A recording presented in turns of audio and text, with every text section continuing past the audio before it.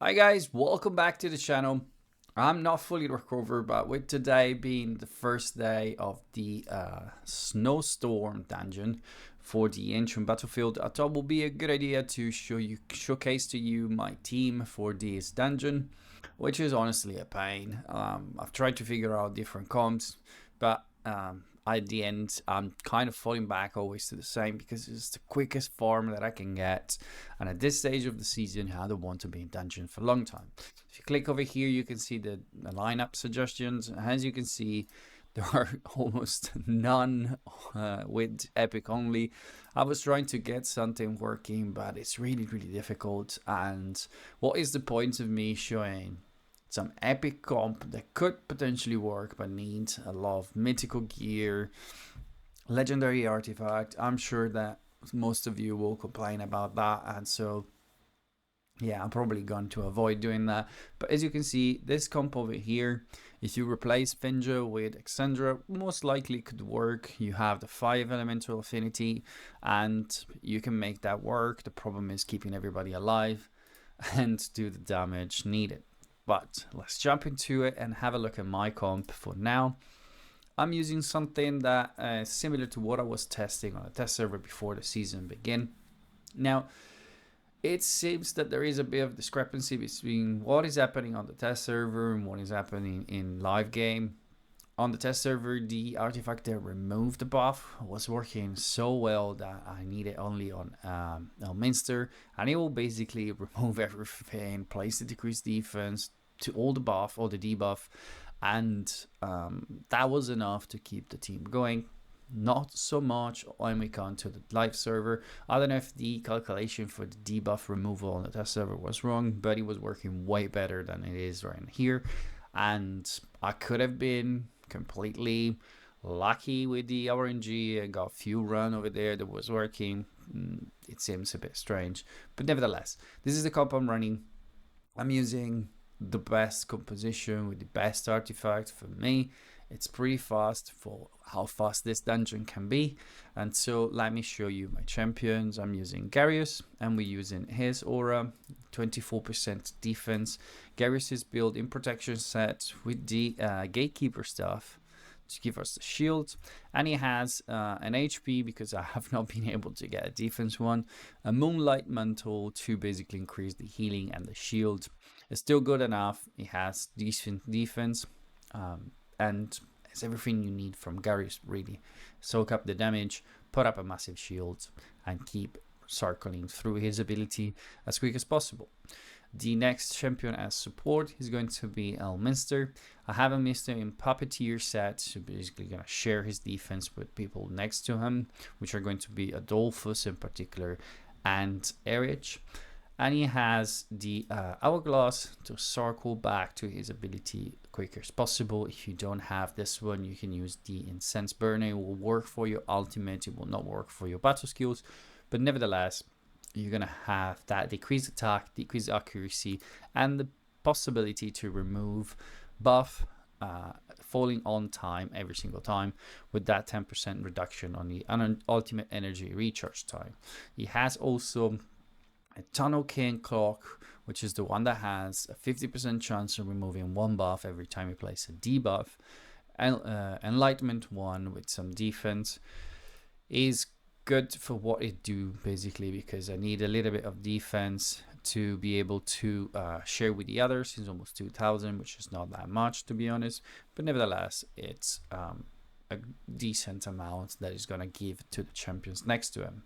He has the accuracy to do the job, to place the debuff and trying to remove the buff.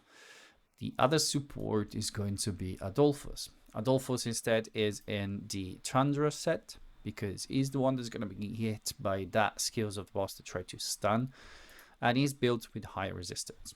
I have a Moonlight Mantle on him as well with resistance main stats.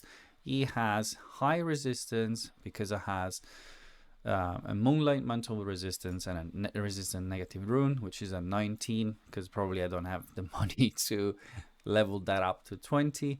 Still does the job, it's over 300, so it's more than enough. He has the Elminster artifact that gives enlightenment basically and help with the shield.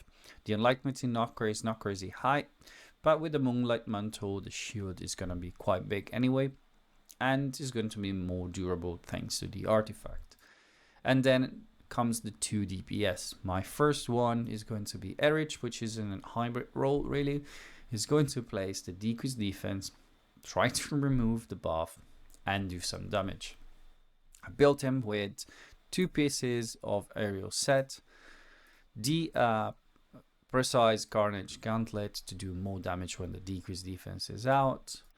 I have the Tunnel King Claw, and it's basically an attack percentage with a good crit rate roll on the chest piece basically. He has enough accuracy to do the job because he has also an accuracy negative rune with some crit rate, which is good for what we're trying to do over here. 83% crit rate, which is decent.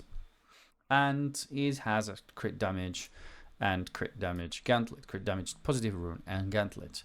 It's there to do some damage as support, and also place the decreased defense, remove some of the buff from the boss if possible. And the last one is going to be Tononon. Tononon is built for pure damage. It's aerial set, 3 pieces, the Rivatrix root, which help do damage and stay alive with the increased HP from the second part of the skill of the benefits from the artifact. He has a crit damage gauntlet with a tiny bit of attack and crit rate. It's the best gauntlet I got so far. Crit damage positive rune and attack negative rune. Nothing crazy on the gear, to be honest. The gear is still quite average, even if I basically run a lot of dungeons to try to improve the gear. This is the best I could do so far. The placement is like this. I placed them all pretty much in the center like that. Garrus is going to run at the front and Tononon is going to run next to him. And the other part that is important to know is going to be the timing. I'm leaving Adolphus and Garrus free to do their ability as quick as possible. They basically cycle through the shielding, the healing as much as I can, while I'm timing the rest of the champion to stay basically up on sync. The only one that needs to stay up with the boss is Elminster, because it places the decreased attack and the decreased accuracy, which help with the stun basically that's going to try to target Adolphus. And I'm using it at 15-second 18. Thanks to the hourglass, I'm basically going to keep up with the boss all the time. While for the DPS, I'm using 12.5 second, 20 second for Erich, which is basically trying to place the decreased defense on the boss. And right after, half a second after, Tononon is going to hit. I could probably space this one out a little bit longer, because Erich has a multi-hit over time, so if the decreased defense doesn't land straight away, it might take a little bit longer, but for now this works, so I'm using it as it is. So let me run in the background so we can have a look at how it works. Let me open also the damage board over here. As you can see, we get an already good shield from Elminster Battle. Now we have also Adolphus one and Garrus healing on top of it. Erich is going to place the decreased defense and remove the decreased attack. Being quite lucky over there because we have only 50% chance of doing so. We have the decreased attack on the boss, which is going to do his A1 and his ultimate and hit quite hard on us. But we are staying basically covered by shields, healthy and protected, and we circle back through ability. We're removing another decreased attack. We're removing increased defense. And we are keeping up with the boss rotation. This comp should go for about 2.5 minutes. I'm not gonna bore you talking for 2.5 minutes. Let me run it in the background and I'll see you at the end.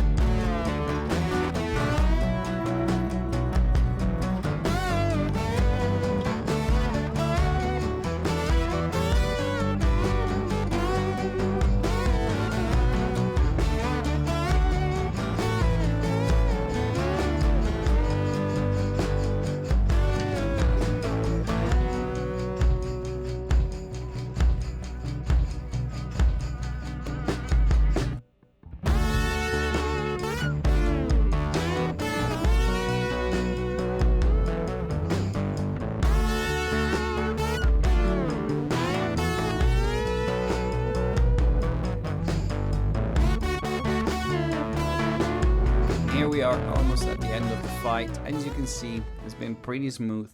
We've never been really at risk to die or anything, and we make almost an easy job of the boss.